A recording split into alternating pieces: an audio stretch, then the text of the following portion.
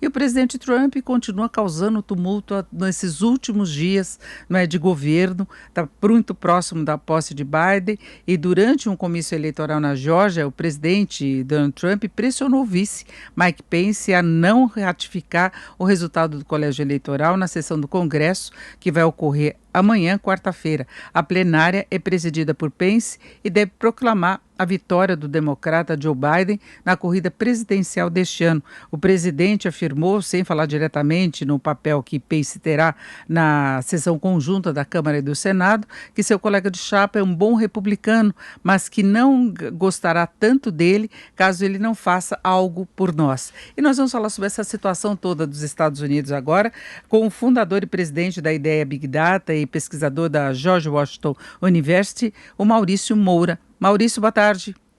Tudo bem, Denise? Tudo bem, ouvintes? Vamos falar com vocês. Pois é, Maurício, o Trump tentando causar tumulto até o final, ele não reconhece a vitória de Biden. Nós tivemos a divulgação até daquelas gravações em que ele tentava pressionar a Geórgia a uma revisão dos números, a conseguir os votos necessários para garantir a vitória dele, pelo menos no estado, né? Ele recorreu à justiça, perdeu em todas as instâncias nesses recursos que foram apresentados. Como é que você vê a situação hoje e como fica Biden, a posse de Biden? Pence vai reconhecer a vitória dele? Bom, a tendência é que os republicanos reconheçam, né? O próprio líder republicano, o presidente do Senado, Mitch McConnell, já parabenizou o Biden e tem estimulado os colegas do Senado republicano e da Câmara a fazerem o mesmo. Então, a tendência na prática é que a vitória de Biden seja reconhecida. Do lado do Trump, obviamente, como todos sabem, ele tem feito de tudo para não reconhecer e não legitimar essa vitória do Biden, né?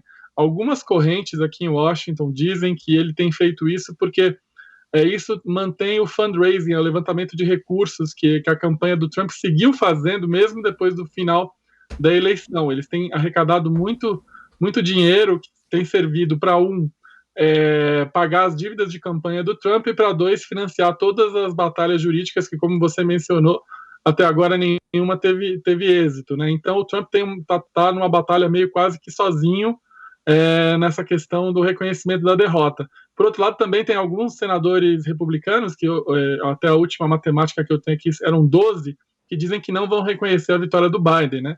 E são senadores republicanos que eu acho que estão fazendo isso muito mais pelo cálculo político eleitoral do que pela própria convicção de que a vitória do Biden tenha sido fruto de qualquer tipo de fraude que até agora não foi comprovado.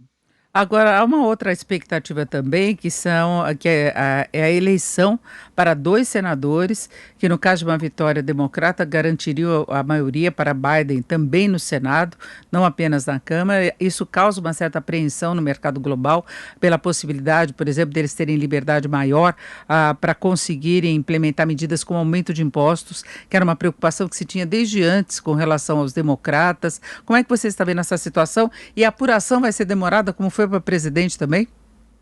Não acho que não vai ser tão demorada, apesar que teremos já vários votos que chegaram pelo correio para essa eleição do Senado, em volume muito semelhante aos votos da eleição para presidente na Geórgia. Então, provavelmente, obviamente, o resultado não vai sair hoje, vai demorar alguns dias para ter o resultado final. Essa é uma eleição de um grau de complexidade enorme, porque é raro ter uma eleição de duas vagas no Senado ao mesmo tempo. É raro ter uma eleição que decide a maioria do Senado nos Estados Unidos, e por isso tanto as campanhas republicanas como as campanhas democratas tiveram muito recurso para essa campanha do Senado. Eu queria pontuar que são apesar de serem a mesma cédula e ter dois democratas e dois republicanos de um lado, são duas corridas que têm características diferentes, tá? Uma corrida é do democrata do Raphael Warnock, que é um reverendo na Geórgia, contra a atual senadora, a Kelly Loeffler. Mas a Kelly Loeffler ela não foi eleita. Ela preencheu uma vaga de um senador eleito, o Johnny Isakson, e ela foi indicada pelo governador republicano. Então, ela foi indicada com um perfil mais trumpista, mais radical, e ela está num cenário mais complicado, porque o Trump ele tem um discurso que gera uma dissonância cognitiva do eleitorado republicano na Geórgia. Ele diz que a eleição na Geórgia foi fraudada, e ao mesmo tempo pede para que as pessoas saiam para votar, inclusive devem estar votando agora nesse momento. Então tem muito republicano que está preocupado, porque muito eleitor do Trump estava pensando duas vezes em votar. e ela representa melhor o discurso do Trump do que o outro candidato, que é o senador David Perdue, que é um senador mais moderado, que foi eleito, que ganhou do candidato democrata de John Ossoff, que é um candidato novo. Ele ganhou no primeiro turno, né? E teve muita gente, teve 2 pontos percentuais que votaram no Biden para presidente e no Perdue, que é republicano, para o Senado. A grande questão dessa eleição, quem vai aparecer para votar? Se os republicanos vão aparecer para votar, esse perfil que vota para presidente democrata e para Senado republicano vai aparecer para votar, esse é o grande ponto de interrogação. Como é que vai ser o turnout? Agora, um indicador já interessante é que a quantidade de votos pelo correio continuou num grau muito alto, e isso, na eleição para presidente, ajudou os democratas a ganharem a Geórgia. Agora, tem pesquisas mais específicas em relação a essas duas vagas? Tem pesquisa. Eu peguei a média aqui das pesquisas públicas.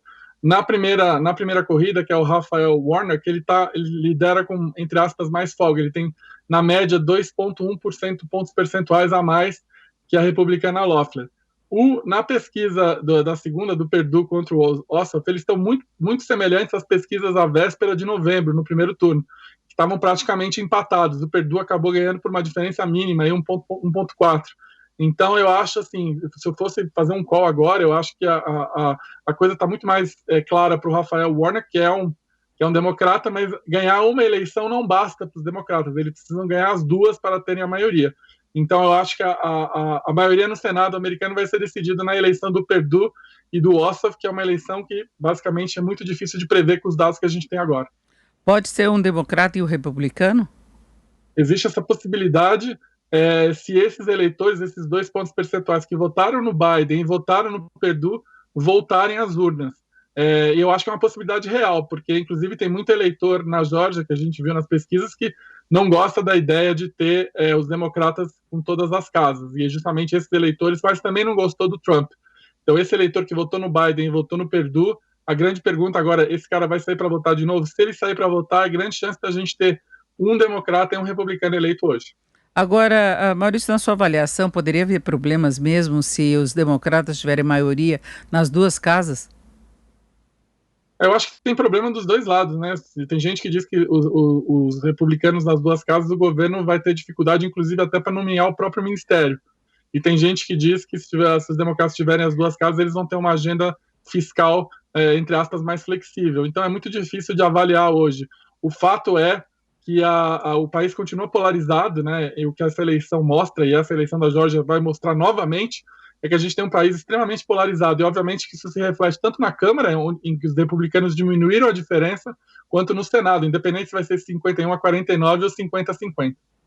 Então, mas no caso de Biden não contar com a maioria, ele pode ter dificuldades efetivas para implementar o programa dele, porque tem esses dois lados. De um lado, ele pode ter liberdade demais, e aí fica essa preocupação com algumas das pautas, mas, por outro lado, poderia haver um entrave maior à execução do programa dele?